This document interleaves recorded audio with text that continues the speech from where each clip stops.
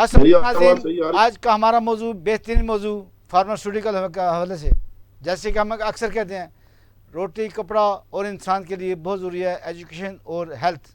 Health के बहुत से मसाइल पीछे कई सालों से चले आ रहे हैं।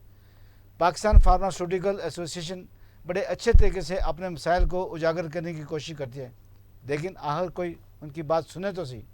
स्टेक होल्डर के साथ जब तक अच्छी बात नहीं होगी, बेहतर बात नहीं होगी, उनकी बात को सुना नहीं जाएगा, कंसीडर नहीं किया जाएगा, तो ये लोग क्या करेंगे? या तो इंडस्ट्रियाँ बंद करके श्रीलंका और बांग्लादेश चले जाएंगे, या फिर वो बड़ा मशहूर लफ्ज़ है कि तनख्वाह बढ़ाएं, वरना इसी तनख्वाह पर गुजारा होगा। नाज़रीन, आज हमारे साथ मौजूद में काजी मोहम्मद मंसूर दरावर साहब हैं, जो कि चेयरमैन पाकिस्तान फार्मास्यूटिकल एसोसिएशन के साथ हैं हमारे साथ, और इस वक्त बड़ी अच्छी गुफ्तगू करना चाह रहे हैं। और जो मसाइल इस वक्त आ रहे हैं, हर बंदा ये समझता है कि इनके यहाँ एक बड़ा मजबूत माफिया बैठा है, जो कोशिश करता है कि हर 6 महीने बाद शार्टेज करके कीमतें बढ़ाने की कोशिश करें। हम भी इनको अक्सर कहते हैं कि वो कौन सा माफिया, ना हुकूमत उसको कंट्रोल कर सकती है, ना आप उसको कंट्रोल कर सकते हैं। क्या माफिया सिविल में है, प्राइवेट में है, या हुकूमत के अंदर है, या कोई आपके ही अंदर ऐसी काली भेड़ें हैं जो वक्त आने पर शॉर्टेज पैदा कर देती हैं?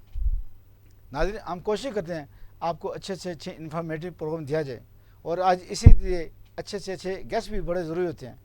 काजी मोहम्मद मंसूर दरावर साहब का एक बड़ा एक्सपीरियंस है, बड़े अरसे से ये शोबे से वाबस्ते हैं, और कोशिश करते हैं कि लोगों को, आवाम को उनकी सहूलतें दी जाएँ, उनको बेहतर से बेहतर। वो भी चाहते हैं जब कीमतें कम होंगी तो उनकी सेल बढ़ेगी, उनकी परचेजिंग पावर में इजाफा होगा आवाम की।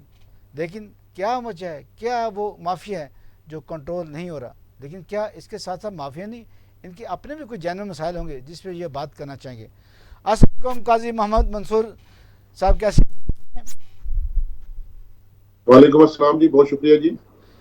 काजी साहब, ये बताएं कि इस वक्त आपकी फार्मास्यूटिकल जो एसोसिएशन है, पहले तो उसकी थोड़ी सी तारीख बताएं हमारे आवाम को, और थोड़ी सी उसकी वर्किंग बताएं कि वो किस तरह वर्किंग करती है। क्या ऐसे ही घर में बैठ के वर्किंग करती है, जैसे लोग कहते हैं कि ड्राइंग रूम की सियासत है, या बाकी आवाम के मसाइल और आवाम के मसाइल को आगे पहुँचाना चाहते हैं? जी बहुत शुक्रिया साहब। पहली बात तो ये है कि जो आप फरमा रहे थे कि ये 6 महीने बाद कोई माफिया है जो कि प्राइस इंक्रीज कर लेता है, ये हरगिज गलत इंफॉर्मेशन है। और अगर पब्लिक में ये कॉन्सेप्ट दिया है तो वो भी एक गलत एंड से गया है। पहली बात तो ये है कि हम खुद से प्राइस इंक्रीज कर ही नहीं सकते, ना ही कोई बाहर का माफिया है, ना ही कोई अंदर का माफिया है। बल्कि हम तो वो इंडस्ट्री है जो सबसे ज्यादा मजलूम है इस पाकिस्तान में। जी जी। आप ये देखें कि कोई भी इंडस्ट्री, कोई भी आप सेक्टर में चले जाएं, आटा, दाल, चीनी, चावल, सीमेंट, सरिया, व्हाटसोएवर, गाड़ियां, जो भी चीजें हैं, ऐसे ही है। लेकिन आटा दाल तो इंसानी चीज है ना जी। जी जी। अच्छा, थोड़ी सी भी हवा चाय की चलती है, पेट्रोल बढ़ने की चलती है, वो प्राइस बढ़ा देते हैं। डॉलर बढ़ने की चलती है, जबकि लोकल प्रोड्यूस कर रहे होते हैं वो प्राइस बढ़ा देते हैं। इवन देन बिजली बढ़ने की बात होती है तो वो प्राइस बढ़ा देते हैं। लेकिन हमारे यहाँ ऐसा नहीं है, हमारी इंडस्ट्री में ऐसा नहीं है। हमारे ऊपर ये सारी चीजें, हमारे इनपुट अंदर चली जाती है, कॉस्ट बढ़ते बढ़ते बढ़ते बढ़ते ऊपर चली जाती है। जो शॉर्टेज वाली बात है, कोई माफिया आज तक अल्हम्दुलिल्लाह मेडिसिन शॉर्ट नहीं हुई। पिछले 6 महीने को, 3 महीने को अगर आप निकाल दें, जी जी। तो इससे पहले मेडिसिन पाकिस्तान में कभी भी शॉर्ट नहीं हुई, और कोई भी ऐसा माफिया नहीं आया जो मेडिसिन शॉर्ट करे। प्रॉब्लम यह है कि जो इंडस्ट्री कारोबार करती है, बिजनेस करती है, उसमें दो मकसद होते हैं। एक तो यह है कि अगर हम अपनी इंडस्ट्री की बात करें, मेयारी अद्वियात गरीब आवाम को, पेशेंट्स को फराम करना, पेशेंट को फराम करना, और उसके साथ साथ मुनासिब प्राइस पे वो फराम करना। अच्छा, मुनासिब प्राइस क्या होती है? एक मुनासिब प्राइस वो होती है कि मैं और आप अफोर्ड कर सकते हैं, आम पब्लिक अफोर्ड कर सकती है। और एक मुनासिब प्राइस वो होती है क्या इंडस्ट्री बनाने के लिए भी अफोर्ड कर सकती है। अब यहाँ पे मैं आपको मिसाल देता हूँ कि पिछले 1 साल में अभी शॉर्टेज जरूर हुई, और वो शॉर्टेज की रीजन भी मैं आपको बता देता हूँ। पिछले 1 साल में आप ये देख रहे हैं कि पहले सेल टैक्स का मसला बना 15 जनवरी से, 17% सेल टैक्स का, वो एक बहुत बड़ा 40 करोड़ रुपया हमारा ब्लॉक हुआ। जो कि मेरी एफबीआर से मीटिंग हुई तो वो कहने लगे 40 अरब नहीं है। तो मैंने कहा कोई बात नहीं है, अगर वो कम है, 30 अरब होगा, 35 अरब होगा, एग्जैक्ट फिगर तो हमारे पास नहीं है, लेकिन आप हमें रिफंड भी तो दें। तो वो हमें रिफंड देना उन्होंने शुरू किया है, लेकिन अभी तक आप हैरान होंगे कि 40 से 50 करोड़ रुपया हमें टोटल रिफंड मिला। इसका परसेंटेज लगाए तो क्या बनती है? अच्छा, अभी एक तो वो ब्लॉकेज हो गई। दूसरा, 1 साल में जो डॉलर इंक्रीज हुआ, अब 1 साल पहले एक प्रोडक्ट थी जिसकी हमें प्राइस मिली हुई थी फॉर एग्जाम्पल 100 रुपीज, और आज वो प्राइस हम मार्केट में उसको उस वक्त करते थे 75 रुपीज मार्केट। अच्छा, हमें कॉस्ट पड़ती थी वो 65 रुपए में। अच्छा, आज वो हमें कॉस्ट पड़ रही है 140 रुपए। अब आप मुझे ये बताएं कि ये मुनासिब प्राइस क्या इंडस्ट्री के लिए है? ये मुनासिब प्राइस क्या इंडस्ट्री के लिए जिसमें आप डीजल भी लगाना है, जिसमें बिजली का बिल भी देना है, और सबसे बड़ा अलमिया ये है हमारी industry 95% raw material import base पे है। अब नई पॉलिसी आई है हमारी एपीआई की, इंशाल्लाह हम लोकल की इंडस्ट्री हमारी लग रही है। आने वाले वक्त में इंशाल्लाह ये हम इसकी 5% से कहीं ऊपर जाएंगे। आने वाले 5 सालों में हो सकता है कि 40% इंशाल्लाह हम लोकल प्रोड्यूस करें, लेकिन इस वक्त हमारी बेस टोटल इंपोर्ट पे है। अच्छा, जो टोटल इंपोर्ट पे है तो टोटल डॉलर का इफेक्ट आता है उस पर, जो भी हम इंपोर्ट करते हैं। सही। तो एक साल में डॉलर 160 से 245 को 250 को टच कर गया। ऐसा ही है। अच्छा, अब उसी की प्राइस जो कि 65 रुपए थी वो डबल हो गई, 140 रुपए की 135 रुपए की। हमें कैपिंग है कि हम खुद से प्राइस नहीं बढ़ा सकते। डैप हमारी प्राइस फिक्स करती है, और जब वो हमें अलाउ करती है कि आप प्राइस इंक्रीज करें तो उसका एक पूरा मैकेनिज्म है। सबसे पहले वो कैबिनेट जाती है, कैबिनेट में अप्रूव होती है, देन फिर वो रिटर्न आती है, देन उसमें हमारे मिनिस्टर साहब भी इन्वॉल्व होते हैं, सेक्रेटरी साहब भी इन्वॉल्व होते हैं, और कैबिनेट भी इन्वॉल्व होती है। बिल्कुल सही। देन फिर हमें अप्रूवल मिलती है, फिर हमारे पास वो लेटर इशू होते हैं, देन हम प्राइस इंक्रीज कर सकते हैं। तो पहले तो माफिया वाली बात को बिल्कुल आप ज़हन से उतार दें। ये इंडस्ट्री खिदमत खल्क के लिए पाकिस्तान में चल रही है, और अल्हम्दुलिल्लाह। चलिए काजी मंसूर साहब, हम आपसे दूसरा सवाल करते हैं कि 40 अरब जो आपके फंसे हुए हैं गवर्नमेंट के पास, क्या आपकी नालायकी है, गवर्नमेंट की बदमाशी है, या फिर मैं वही बात करूंगा ब्यूरोक्रेसी का कोई माफिया जो आपके पैसे क्लियर नहीं करने देता? देखिए, पहली बात तो ये है कि अल्हम्दुलिल्लाह हमारी नालायकी तो ये है कि अल्हम्दुलिल्लाह आप ये देखें कि हमने 40 अरब 35 अरब जो भी है हमारा हमने दे दिया। हमारी यही नालायकी है, क्योंकि जो गवर्नमेंट का रूल है उसके मुताबिक चलना पड़ता है इंडस्ट्री। बिल्कुल सही। अच्छा, इंडस्ट्री होती है गवर्नमेंट के लॉ को, कानून को, टैक्सेशन को, सेल टैक्स को, जो भी लॉ है उसको ओबे करने के लिए। अच्छा, गवर्नमेंट की तरफ से ये है कि उनका, अब जब पहले इन्होंने हमसे कमिटमेंट किया रिफंड का तो गवर्नमेंट चेंज हो गई। जब गवर्नमेंट चेंज हुई तो उनके अपने मसाइल थे, लेकिन इस वक्त भी मेरी भी 3 दिन पहले भी एफबीआर से मीटिंग हुई है। वो कमिटमेंट करते हैं, लेकिन गालबन कोई ऐसी इशू है, लगता यही है कि पैसे नहीं है उनके पास, वो देना भी चाह रहे हैं तो हमें किसी न किसी हवाले से पेंडेंसी में डाल देते हैं और पेमेंट हमें नहीं मिल पा रही। काजी मंसूर साहब, बड़ी अच्छी बात की, अभी हम इस पर बात करेंगे, चूँकि हम भी ये चाहते हैं जब मीडिया आपके मसाइल की तरफ आता है तो कोशिश करता है कि आपके मसाइल को हल किया जाए। जब आवाम की तरफ जाता है तो वो भी ये चाहता है कि आवाम, हुकूमत और आप एक पेज काम करें, ताकि ना आपके 40 अरब रुकें, ना आवाम से महसूस हो कि शॉर्टेज हो रही है, और आखिर हुकूमत ने सारे काम निपटाने हैं, क्यों बार बार वादे करके आपका शेयर टैक्स क्लियर नहीं करते। बात जारी रहेगी, लेकिन अभी वक्त हुआ जा रहा है नाज़रीन एक मौके का। काजी मोहम्मद मंसूर साहब बड़े अच्छी ब्रीफिंग कर रहे हैं अपने शोबे के हवाले से, और हम चाहेंगे कि जो मिसकंसेप्शन आवाम और इनके दरमियान है वो ख़त्म होनी चाहिए, और इसी तरह जो बातें हुकूमत और इनके दरमियान हैं उनको पूरा होना चाहिए। जो बार बार की यकीन दहानियाँ उनको किसी लेवल पर पहुँचना चाहिए। अभी वक्त हुआ जा रहा है नाज़रीन, कहीं मत जगह, स्टे विद अस।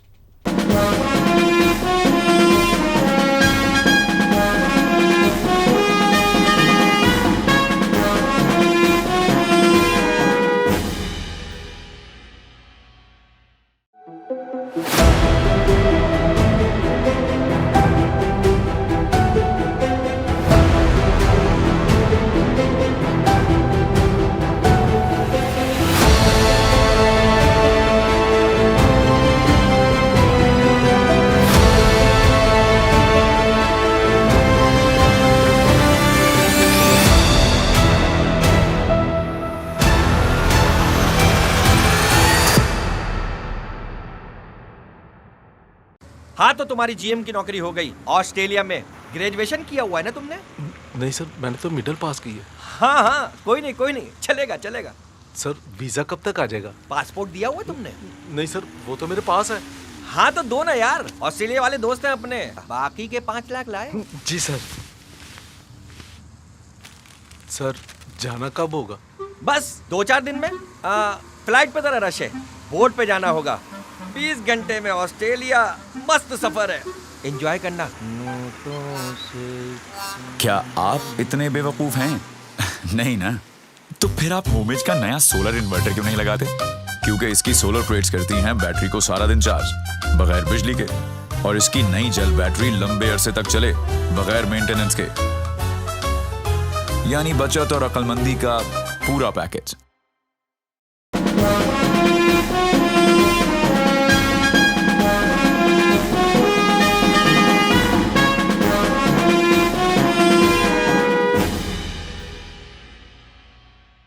वेलकम नाज़रीन, खुश आमदेद। काजी मोहम्मद मंसूर दिलावर साहब, पाकिस्तान फार्मास्यूटिकल एसोसिएशन के चेयरमैन, आज हमारे साथ महवे गुफ्तगू हैं। बड़ी अच्छी गुफ्तगू कर रहे हैं। अपना पेट पंजाबी में कहते हैं नंगा करके बता रहे हैं कि हम खाली होते जा रहे हैं। 40 अरब रुपया हमने अपने बिज़नेस से निकाल के उन तक दे दिया। अब हम क्या करें जब हमारे पास पैसे नहीं होंगे, जब हमारे वर्किंग के पैसे ना हो। वर्किंग कैपिटल बहुत ज़रूरी होता है। जी काजी मंसूर साहब बता रहे थे कि आपकी लास्ट टाइम मीटिंग हुई है, तो क्या उसके असरात हैं, क्या उसकी वर्किंग हुई है? जी, असरात मैं आपको बता रहा था कि एक तो आपका जिस तरह जिस्म में हेमोग्लोबिन लेवल कम हो जाता है, जी जी, तो इंसान जो है गिर जाता है। इंडस्ट्री का हेमोग्लोबिन लेवल होता है उसका वर्किंग कैपिटल, हमारा वर्किंग कैपिटल ब्लॉक हो गया। ऐसे उधर से हमारे जो इंटरनेशनली कोविड की वजह से रॉ मटेरियल की प्राइस भी चाइना और इंडिया में भी डबल से ज्यादा हो गई। ठीक है। फ्रेट इंटरनेशनली बढ़ गए कोविड की वजह से। लोकली पेट्रोल बढ़ गया, डीजल बढ़ गया, आपकी बिजली की कॉस्ट बढ़ गई, डॉलर बढ़ गया, ये सारे प्रिंटिंग कॉस्ट बढ़ गई। प्रिंटिंग को जो आपके साथ लाइट इंडस्ट्री है उसके बड़े अखराजात बढ़ गए। जी, ओवरऑल इंडस्ट्री की, सब इंडस्ट्री के बढ़े। जी जी, और जब हमारी इंडस्ट्री पे भी उसका इफेक्ट आया, अब उसमें क्या था कि हम खुद से जैसे प्राइस नहीं बढ़ा सकते। इसी सिलसिले में लास्ट फ्राइडे को हमारी मीटिंग हुई है सेक्रेटरी हेल्थ से भी, ड्रैफ के सीईओ साहब से भी, जी और जी, हमने उनको गुजारिशात की हैं कि कम से कम अक्रॉस द बोर्ड हमें 40% इंक्रीज दी जाए प्राइस, ताकि ये जो लो प्राइस की खासकर मेडिसिन है, शॉर्ट कौन सी हो रही है मैं आपको बता दूं, जी जी, वो मेडिसिन जो लो प्राइस की है, जिनकी बहुत कम मिली हुई थी, बड़े थोड़े बहुत 2-4-5% पे काम कर रहे थे, वो मार्जिन ही ना खत्म हुआ बल्कि हमें डबल कास्ट पे चले गए। अच्छा, सही। वो सारी मेडिसिन ऐसी हैं जिसमें टीबी की मेडिसिन है, आपकी मिर्गी की मेडिसिन है, बुखार की मेडिसिन है, पेन की मेडिसिन है, बच्चों के सिरप है, इसी तरह के ब्लड प्रेशर की मेडिसिन है, इवन दम बेहोश करने वाली मेडिसिन है। तो ये कुछ मेडिसिन ऐसी हैं जो चार्ट हुई, उसकी तादाद आहिस्ता आहिस्ता बढ़ती चली जा रही है। और मैं जब अपनी इंडस्ट्री से हमारा एक इजलास हुआ तो सारी इंडस्ट्री से मैंने डिस्कशन की, तो उन्होंने भी कहा जी हम क्या करें। अब ये वो प्रोडक्ट है जो फास्ट रनिंग हमारी प्रोडक्ट है, और अगर हम इसको लास्ट में बनाते हैं तो जाहिर है हमारा ग्राफ बहुत तेजी से नीचे जाएगा, और अगर हम इसको बनाते हैं प्राइस मिलती है, अच्छा नहीं बनाते तो हमारा टर्नओवर डिस्टर्ब हो रहा है, हमारी सेल इफेक्ट हो रही है। तो इंडस्ट्री भी डिस्टर्ब है, मार्केट भी डिस्टर्ब है, पेशेंट भी डिस्टर्ब है। और इसी सिलसिले में हमने गुजारिश की है, और मैं शुक्रिया अदा करूंगा, सेक्रेटरी हेल्थ साहब ने भी हमारे बात को सुना। उन्होंने कहा जी मिनिस्टर साहब गए होंगे आउट ऑफ कंट्री, आज आगे होंगे वो, तो उन्होंने कहा जी उनसे डिस्कस करके आपको अक्रॉस द बोर्ड ये प्राइस इसलिए देनी चाहिए कि ये जेन्युइन, क्योंकि डॉलर का इंक्रीज तो हुआ है मोर देन 50%, हम कह रहे हैं 40% इंक्रीज करने। उससे क्या होगा कि जो शॉर्टेज है फौरी तौर पे तो खत्म नहीं होगी। जाहिर है जैसे ही हमें प्राइसेस मिलेंगी, हम रॉ मटेरियल इंपोर्ट कराएंगे, 1 से 2 माह लगेंगे, जब रॉ मटेरियल आएगा मेडिसिन बनेगी और वो मार्केट में आएगी। और खुदा ना खास्ता ये प्राइस ना मिली तो आने वाले वक्त में, ये आज अगर 60-70 मेडिसिन शॉर्ट हैं तो ये कहीं 100, 150, 200 ना हो जाए, क्योंकि हमें ये खतरा है। और इसके पीछे बिल्कुल नियति है, कोई नेगेटिव बात नहीं है, ना ही ब्लैकमेलिंग है। कैसे कर सकती है इंडस्ट्री ब्लैकमेलिंग? इसलिए कि इंडस्ट्री तो चलती ही उन्हीं प्रोडक्ट्स पे है जो उसकी फास्ट रनिंग है, और वही प्रोडक्ट्स उसकी वाइबल नहीं रही बनाने के लिए। कासिम ये बताएं, जो एक सरकारी मुलाजिम है, जो प्राइवेट मुलाजिम है, उसकी तनख्वाहें तो पिछले 2018 से वहीं खड़ी हैं, कोई तनख्वाहें नहीं बढ़ी, अगर बढ़ी हैं तो 10%।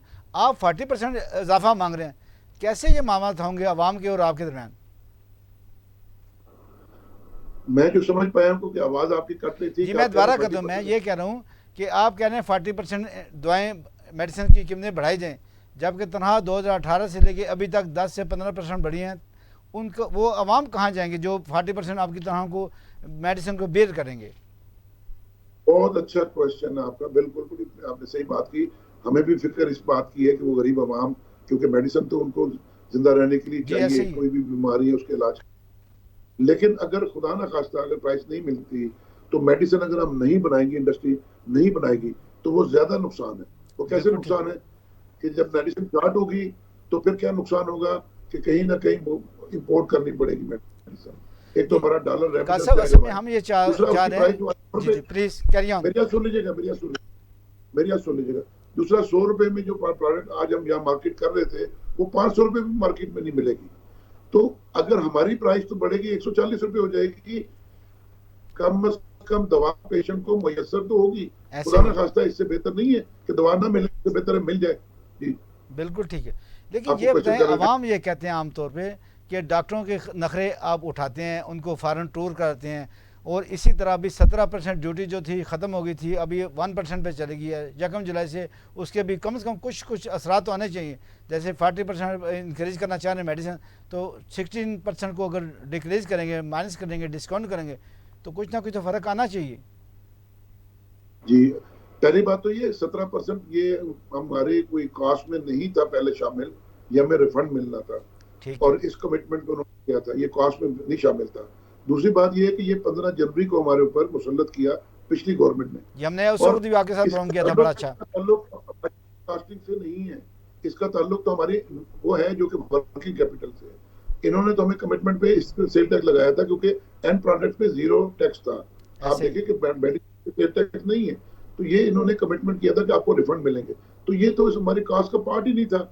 हमारी बुक्स में तो ये रिफंडेबल आज भी नजर आ रहा है, बुक्स में डिमांड नजर आ रही है कि हमें एफबीआर ने वापस करनी है। अगर कॉस्ट का पार्ट होता तो ये बहुत पहले मेडिसिन शॉर्ट हो जाती।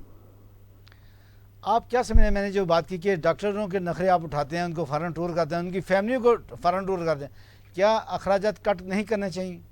डॉक्टर्स की बात जो आपने कही, मैं उसमें बड़ी अहम बात है कि आपको मैं क्लियर कर दूं कि देखें, जब कोई ऐसे कॉन्फ्रेंसेस होती हैं इंटरनेशनली जो कि एक शोबे की, आप समझ लें नहीं डॉक्टर साहब, मैं उसकी बात नहीं कर रहा हूँ, मैं वो बात कर रहा हूँ जो एनुअली छुट्टियों पे आप उनको पैकेज देते हैं कि सिंगापुर चले जाएं, मिस्र चले जाएं। हमारे हमारी जो भी एथिकल इंडस्ट्री है वो ये काम नहीं करती, हमारे जो मेम्बरान है वो ये काम नहीं करते। ये इसके बारे में मैं आपको कोई राय नहीं दे सकता, ठीक है। हमारे मेम्बरान में से ऐसे लोग नहीं हैं इंशाल्लाह। डॉक्टर साहब, मज़ीद गुफ्तगू जारी रहेगी, अभी वक्त हुआ जा रहा है एक फ़क़्त। नाज़रीन कहीं मत जगह, स्टे विद अस।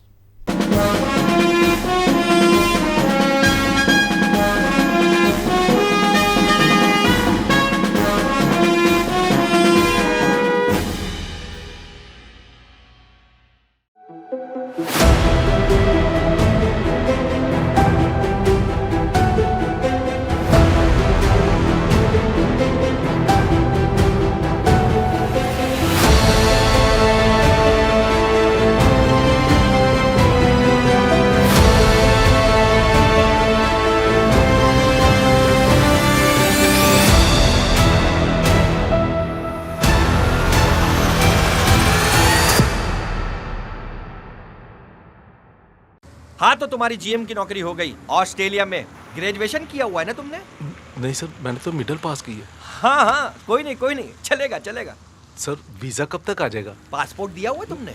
नहीं सर, वो तो मेरे पास है। हाँ तो दो ना यार, ऑस्ट्रेलिया वाले दोस्त हैं अपने, बाकी के 5 लाख लाए। जी सर। सर जाना कब होगा? बस 2-4 दिन में। फ्लाइट पे जरा रश है, बोट पे जाना होगा। 20 घंटे में ऑस्ट्रेलिया, मस्त सफर है, एंजॉय करना। क्या आप इतने बेवकूफ हैं? नहीं ना? तो फिर आप होमेज का नया सोलर इन्वर्टर क्यों नहीं लगाते?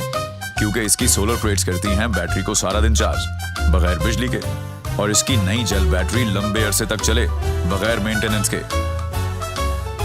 यानी बचत और अक्लमंदी का पूरा पैकेज।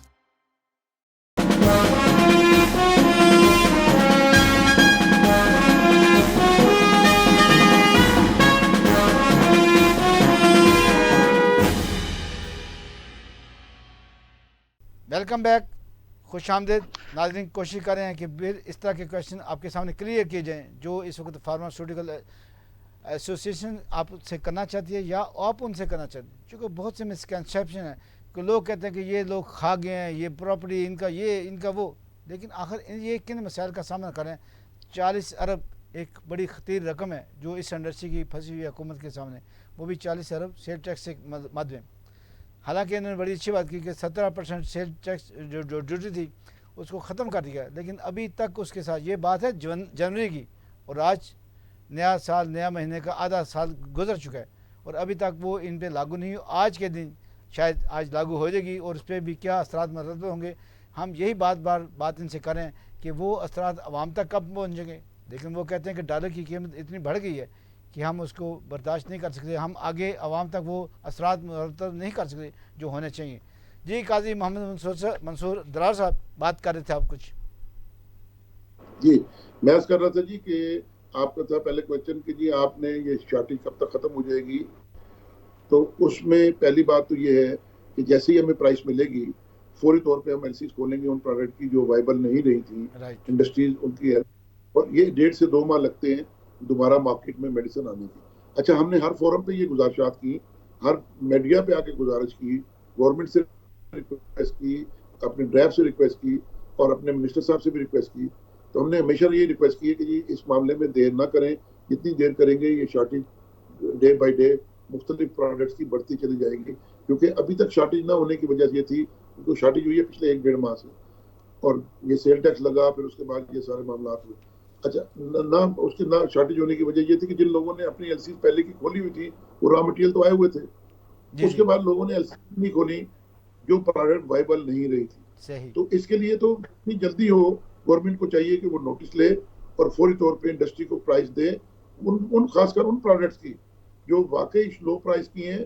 और हम ये नहीं कह रहे इंडस्ट्री को, आज मैं आपको आपके तवज्जो से बड़ी अहम बात करने वाला हूँ, हम इंडस्ट्री को बिल्कुल नहीं कह रहे, हम ड्रैब को, गवर्नमेंट को, अपने हेल्थ मिनिस्ट्री को, मिनिस्टर साहब को बिल्कुल ये गुजारिश नहीं कर रहे कि हमें प्राइस इंक्रीज दें। हम ये कह रहे हैं कि इंडस्ट्री को नैरो मार्जिन जो बिल्कुल मिनिमम मार्जिन है उतना तो बैलेंस करें, अगर वो भी नहीं होता तो हमारी कॉस्ट दे दें, हम आपको प्रोडक्ट की कॉस्ट सामने रख देते हैं, वो जो हमारी कॉस्ट है हम फिर भी इस आवाम की खिदमत करने के लिए तैयार है। हम नहीं कह रहे हमें 40% लें, हम नहीं कह रहे हमें 30% लें, हम नहीं कह रहे हमें 50% इंक्रीज दें, हम अपनी कॉस्ट सामने रख देते हैं, उस कॉस्ट पे मिनिमम प्रॉफिट जरूर दें ताकि ये इंडस्ट्री चले। उसके बावजूद कुछ प्रोडक्ट ऐसी हैं जो वाकई गवर्नमेंट ये समझती है कि यार इसमें मजीद प्राइस ज्यादा नहीं, तो हमारी कॉस्ट ले लें, हमारी कॉस्ट को कॉस्ट हमें। लेकिन अगर ये डॉलर रुकता है, अगर डॉलर नहीं रुकता तो मैं आपको एक बात बता दूं, फिर 4 दिन बाद हम फिर गवर्नमेंट के पास बैठे होंगे, फिर ड्राइव में बैठे होंगे, फिर कहेंगे कि हमें प्राइस दें। तो लिहाजा इसका कुल वक्ती हल कर यही है कि हमारी कॉस्ट ले, कॉस्ट लेने के बाद हमें कुछ मिनिमम इतना मार्जिन जरूर दें जिसमें हमें ऑक्सीजन मिलती रहे और ये इंडस्ट्री चलती रहे। और पिछले 75 सालों से ये इंडस्ट्री मुल्क की खिदमत कर रही है। 95% मेडिसिन लोकली प्रोड्यूस करके ना ही सिर्फ लोकल दे रही है बल्कि तकरीबन 58-60 कंट्रीज में एक्सपोर्ट भी कर रही है। और इन सारी चीजों की वजह से, डॉलर बढ़ने की वजह से, शॉर्टेज की वजह से हमारा एक्सपोर्ट भी डिस्टर्ब हो रहा है, हमारा एक्सपोर्ट का ग्राफ भी नीचे आया है, जबकि वो एक्सपोर्ट का ग्राफ भी ऊपर जाना चाहिए था। तो ये मल्टीपल सॉल्यूशंस हैं जो कि फौरी तौर पे हमें इसको एक्शन लेना चाहिए। इंडस्ट्री शाना बशाना इस मुल्क के साथ खड़ी है, अभी सैलाब आया है, अब भी हम साथ खड़े हैं। डॉक्टर साहब, हम आपकी खिदमत को बड़ा मुकद्दम समझते हैं, बड़ी अच्छी खिदमत आप देते हैं। आप लोगों की लोकल इंडस्ट्री को आपने इतना डेवलप किया है कि इस वक्त मल्टी जो कंपनी थी उनकी दवाइयाँ बड़ी कम हो गई हैं, वो तकरीबन अपना सामान बांध के वापस चले गए हैं और जा रहे हैं। लेकिन मैं आपसे ये पूछना चाहूँगा, फार्मास्यूटिकल एसोसिएशन ने या इस इंडस्ट्री ने क्यों इंतजाम नहीं किया अभी तक रॉ मटेरियल को बेहतर से बेहतर यहाँ पे करने का? अगर यहाँ पे सुजुकी कार तैयार हो सकती है, यहाँ पे बहुत सी चीज़ें ऐसी हैं जो बाहर थी कभी, आज हमारे मुल्क में तैयार होती हैं, तो क्या इंतजाम नहीं हो सकते रॉ मटेरियल को यहाँ पे बनाने के? बड़ा अहम क्वेश्चन है साहब, आपने बहुत अहम क्वेश्चन किया है और बिल्कुल ऐसा होना चाहिए था। उसके पीछे मुख्तसर सही बात टू द पॉइंट आपको बता देता हूँ। आपकी जो रॉ मटेरियल थे, इससे पहले हमारी इसी साल अप्रैल में, हमें मार्च अप्रैल में एक पॉलिसी मिली है जो कि एपीआई की मैन्युफैक्चरर के लिए नई पॉलिसी हमने गवर्नमेंट के साथ मिलके इसको अप्रूव कराया और ये नई पॉलिसी के तहत नई इंडस्ट्री अब आएगी। लेकिन क्यों नहीं आज तक आ सकी, उसके पीछे रीजन ये है कि हमारे यहाँ पॉलिसी ऐसी नहीं थी जो लोकली प्रोड्यूस कर रहे थे। फॉर एग्जाम्पल लोकली 1000 रुपए का प्रोडक्ट पर केजी दे रहे थे, जब वो चाइना से इंपोर्ट कराते थे तो वो 800 में पहुंच जाती थी, तो कौन लोकल लेगा? अब जब ये पॉलिसी आ गई है और हमें इस पे कंट्रोल होगा, जो लोकल इंडस्ट्री बनेगी, तो फिर आप जब इंपोर्ट करेंगे तो उस पर एंटी डंपिंग भी लगेगा, सेल टैक्स भी लगेगा, तो वो प्रोडक्ट जो लोकल बनाएंगे। तो नई पॉलिसी के तहत अब हम इंडस्ट्री आने वाले वक्तों में सिक्योर होगी। जिस तरह मैंने कहा कि इंशाल्लाह आने वाले 5 सालों में हम 40 से 50% लोकल प्रोड्यूस करना शुरू कर देंगे। तो ये रीजन थी जिसकी वजह से आज तक लोकली ज़्यादा प्रोड्यूस। बड़ी अच्छी बात है काजी मोहम्मद मंसूर दिलावर साहब, हम चूँकि आपके साथ साथ रहते हैं और आप भी मीडिया के साथ साथ रहते हैं, और मैंने देखा है कि करोड़ों रुपए की दवाएं, मेडिसिन आपने अफगानिस्तान में भिजवाई, और जहाँ जहाँ कभी कुदरती आफात आती हैं, जैसे अभी आपने सैलाब की बात की, ज़लज़ले की बात की, तो हमें पता है कि आपका ये शुबा और हमारा ये शुबा हर वक्त हर कदम आगे होता है, हर अव्वल दस्ते का किरदार अदा करता है। लेकिन मैं आखिर में सिर्फ 1 मिनट के लिए आपको कहूँगा, वज़ीर-ए-आज़म पाकिस्तान और वज़ीर ख़ज़ाना मुश्ताक साहब को कोई ऐसी तजवीज़ देना चाहें जो आप अपनी मीटिंग में नहीं दे सकते, और इस मीडिया के हवाले से, चूँकि मीडिया आपको एक ताकत देता है, एक तवानाई देता है, और ये छोटा सा डब्बा जो है ये पूरी दुनिया के अंदर देखा जाता है। आप वज़ीर पाकिस्तान को और वज़ीर ख़ज़ाना मुश्ताक साहब को कोई मैसेज दें जो आपकी इंडस्ट्री को बेहतर से बेहतर किया जा सके। जी बहुत शुक्रिया। मैं प्राइम मिनिस्टर साहब से गुजारिश ये करूंगा कि इस वक्त इंडस्ट्री को, हमारी इंडस्ट्री को एक नॉर्मल इंडस्ट्री की तरह लिया जाए। इसमें भी तेल जलता है, इसमें भी पेट्रोल जलता है, इसमें भी बिजली का इफेक्ट आता है, इसमें भी डॉलर का इफेक्ट आता है। खुदारा इस इंडस्ट्री को as a special case under consideration में लेके आए और इस पर तवज्जो दें, और इस इंडस्ट्री को इस वक्त ऑक्सीजन की और आपके तवज्जो की जरूरत है, और आपकी तरफ से खास ताउन चाहिए ताकि ये जो एक हमारे साथ कॉस्ट इतनी ज्यादा हमारी बढ़ गई है और हम प्राइस नहीं बढ़ा सकते, आप हमें जी देंगे तौर पे ये इंडस्ट्री दोबारा सर्वाइव करे और ये मुल्क को खिदमत भी कर रही है। उसके साथ साथ मिफ्ता साहब से गुजारिश यही है कि आपने ताउन किया, हमेशा किया, और आपका मैं शुक्रिया अदा करूंगा। और इसमें प्राइम मिनिस्टर साहब का भी बड़ा रोल रहा है। हमारा 17% सेल टैक्स खत्म होने में, आपने 1% का वादा किया था कि वे भी खत्म हो जाएगा, वो भी इंशाल्लाह आप बहुत जल्द खत्म करने वाले हैं। मैं यहाँ पे पटेल साहब जो हमारे हेल्थ के मिनिस्टर हैं उनका भी शुक्रिया अदा करूंगा। 17% खत्म करवाने में उन्होंने बड़ा खास और अहम की रोल अदा किया था, और बल्कि मुझे एक मीडिया ने बाकायदा कहा भी कि आपके मिनिस्टर ने आपको इस मामले में बड़ा फेवर की है, तो आप मजीद क्यों फेवर मांग रहे हैं। जी तो बिल्कुल, मैंने हम भी उनको वहीं ये मौजूद रिक्वेस्ट थे की। जब उन्होंने वाकई आपको बड़ी फेवर दी। उन्होंने आपको फेवर नहीं दी, उन्होंने हुकूमत पाकिस्तान ने अवाम पाकिस्तान को ये फेवर दी। मैं यही अर्ज करना चाह रहा था, तो मैंने यही अर्ज किया वहां पे कि उन्होंने पूरी आवाम को फेवर दी है, वरना ये 17% आवाम पे आ जाता अगर इंडस्ट्री अफोर्ड नहीं कर पा रही थी। तो अभी भी वो हमेशा मेरी बात सुनते भी हैं, और बहुत कहते हैं ना, एक मेच्योर उनका बिहेवियर है रिगार्डिंग मेडिसिन, काफी सेंसिटिव है प्राइसिंग के हवाले से, आवाम को मेयारी अद्वियात मिलने के हवाले से। यहाँ पे मैं गुजारिश करूंगा कि मेयारी अद्वियात मिलने के हवाले से मिनिस्टर साहब से कि आप हमारे साथ ताउन फरमाएं, और फौरी तौर पे हमें जो इस वक्त अंडर प्रेशर है ये इंडस्ट्री, इसमें जैसे आपने पहले ताउन किया था दोबारा ताउन फरमाएं। इंशाल्लाह तमाम अदारे आपके साथ एक पेज पे हैं, आपको प्रमोट करना चाहते हैं। आपकी प्रमोशन पूरी कौम की प्रमोशन है। नाज़रीन, बड़ी अच्छी गुफ्तगू हो रही थी चेयरमैन पाकिस्तान फार्मास्यूटिकल एसोसिएशन के काजी मोहम्मद मंसूर साहब के साथ। काजी मोहम्मद मंसूर दिलावर साहब बड़े कोना मशक और बड़े अच्छे, अपने इन्होंने जिस तरीके से चलाया है इस एसोसिएशन को, ये इनका वाकई एक बड़ा कमाल है। ये मैं लिप नहीं कर रहा हूँ, लिप सरस नहीं कर रहा हूँ, ये हकीकतन है कि इन्होंने हर मौके पे अपने इंडस्ट्री को, आवाम को बचाने के लिए दिन रात मेहनत की है, और ये ऐसे ही चाहते हैं। लेकिन अभी चूँकि वक्त की किल्लत हमेशा आ रही आती है, इंशाल्लाह काजी मोहम्मद मंसूर दिलावर साहब के साथ आइंदे भी प्रोग्राम करेंगे। चूँकि इनकी इंडस्ट्री चलती रहेगी तो मुल्क के पाकिस्तान के अंदर सेहत के हालात बहुत बेहतर होंगे, और इन्होंने बहुत सा ज़र माजरा बचाया। मल्टी नेशनल कंपनी को यहाँ से भगा के, ये लफ्ज़ शायद गलत हो, लेकिन बाहर हकीकत यही है कि आप लोगों ने अपना कदम जमाया, और वो इंडस्ट्री यहाँ से आस्ता आस्ता जाती जा रही है। नाज़रीन, इसके साथ अपने मेज़बान सईद आसिफ जाजी का आइंदा एक नए प्रोग्राम के साथ, नए मेहमान के साथ और नए मौजू के साथ पेश खिदमत होंगे। अल्लाह हाफिज़। अपना और अपनों का बहुत ख्याल रखिएगा।